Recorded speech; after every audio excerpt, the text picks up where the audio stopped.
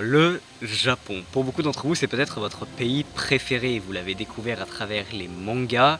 Vous avez juste envie de goûter ces ramen incroyables et de visiter ces paysages magnifiques. Et je vous comprends totalement. Mais si je vous disais que le Japon est une localisation plus que probable de l'Atlantide, est-ce que vous me croiriez ? Aujourd'hui dans cet épisode de Wild and Thunderbird, on part à la découverte du temple englouti de Yonaguni. On part à la découverte de nos folklores, de nos légendes, de nos histoires, de nos territoires. On part à la découverte de ce qui nous intrigue. On part à l'aventure, trouver des réponses à des secrets encore trop bien gardés ou à des mystères encore inexpliqués. Je suis Celtib et bienvenue sur Celestia. C'est en 1985 que le moniteur de plongée Kishihiro Arataki entend parler d'une légende que les pêcheurs de l'île de Yonaguni se transmettent depuis des générations. Au sud de l'île se trouverait un temple englouti. Il s'y engouffre alors et découvre une gigantesque structure de 75 mètres de haut pour 25 mètres de large. Appelée structure de Yonaguni, pyramide de Yonaguni ou encore l'Atlantide japonais, la structure est au cœur des débats depuis maintenant plus de 40 ans. En observant quelques minutes cette structure, on pourrait se demander si elle est artificielle ou si elle est naturelle.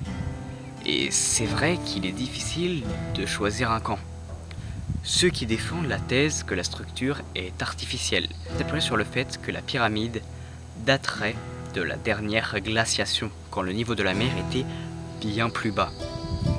Selon Masaki Kimura, les stalactites se formant dans des grottes et ne pouvant se former qu'en dehors de l'eau serait la preuve que l'humanité avait accès à cette structure, car elle se trouvait au-dessus de la mer. Si tel était le cas, la pyramide de Yonaguni serait plus vieille que les pyramides de Gizeh. On remarque aussi que la structure semble avoir une véritable architecture, des arches, des escaliers, des terrasses et même des statues. Ouais. Ça, c'est une statue qui s'appelle la tortue et que l'on trouve au sommet du temple.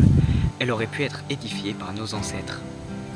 Masaki Kimura ajoute que cette structure aurait pu être un temple, voire même un kuzuku primitif. Avec tout ce que j'ai énoncé précédemment, on pourrait commencer à douter que la structure serait naturelle. Mais d'un autre côté, ce serait en fait bougrement logique. La structure est sous l'eau, impossible d'accès, et sa datation datant de la dernière glaciation, c'est un peu improbable qu'on ait déjà édifié des édifices à cette époque-là.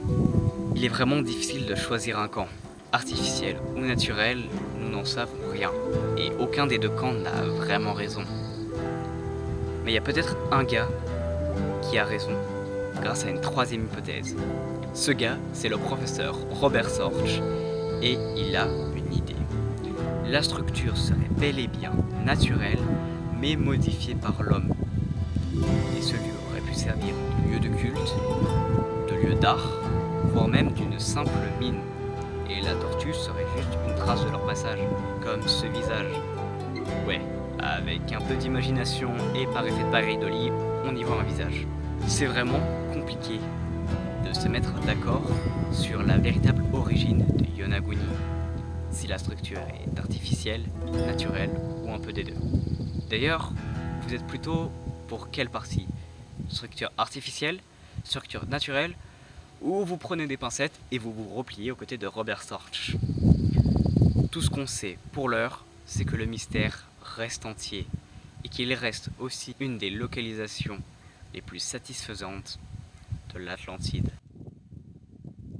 J'espère que cet épisode de Wild and Thunderbird vous aura plu. Vous faites comme d'habitude avec une bonne vidéo et un bon vidéaste. Vous pouvez rejoindre le Discord de la communauté dans le premier lien dans la description.